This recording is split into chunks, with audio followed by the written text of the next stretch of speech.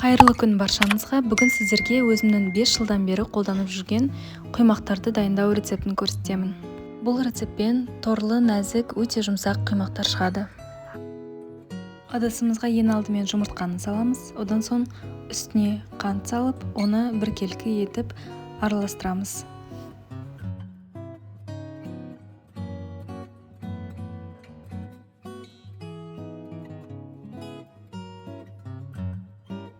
Оның үстіне сұйық майды құйып тағы араластырамыз.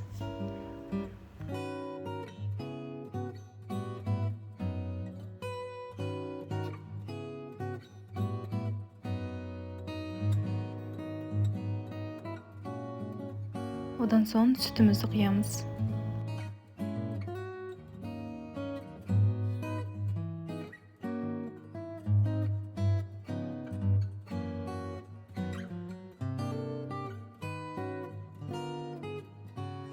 Құрғақ қоспаларды өзара біріктіреміз. Ұнға содан салып, жақсылап араластыру қажет. Онымен жұмыс жасаған кезде оны електен өткізу өте маңызды.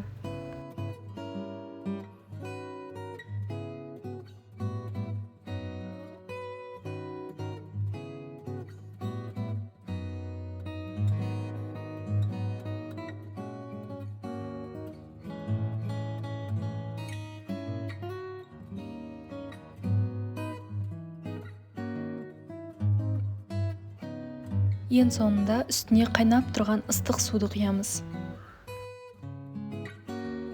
Дайын болған массаны 10 минутқа тынықтырып қойғандарыңыз жөн.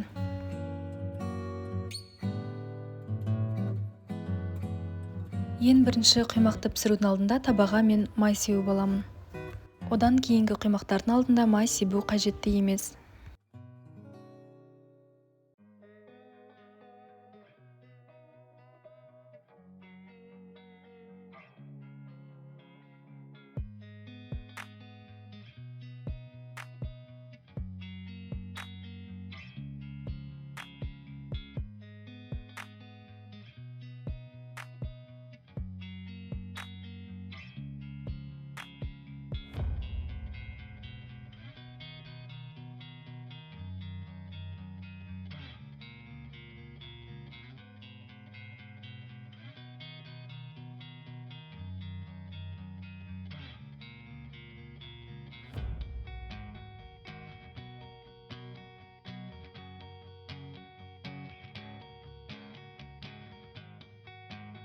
Осылайша барлық құймақтарымызды біртіндеп пісіріп аламыз.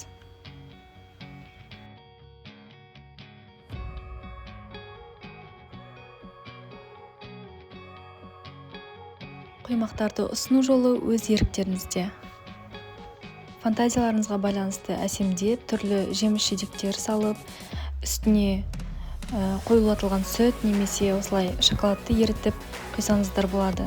Мен мұнда Қазақстан шоколадын ерітіп, үстіне кішкене сұйық май құйып, соны құйып шықтым.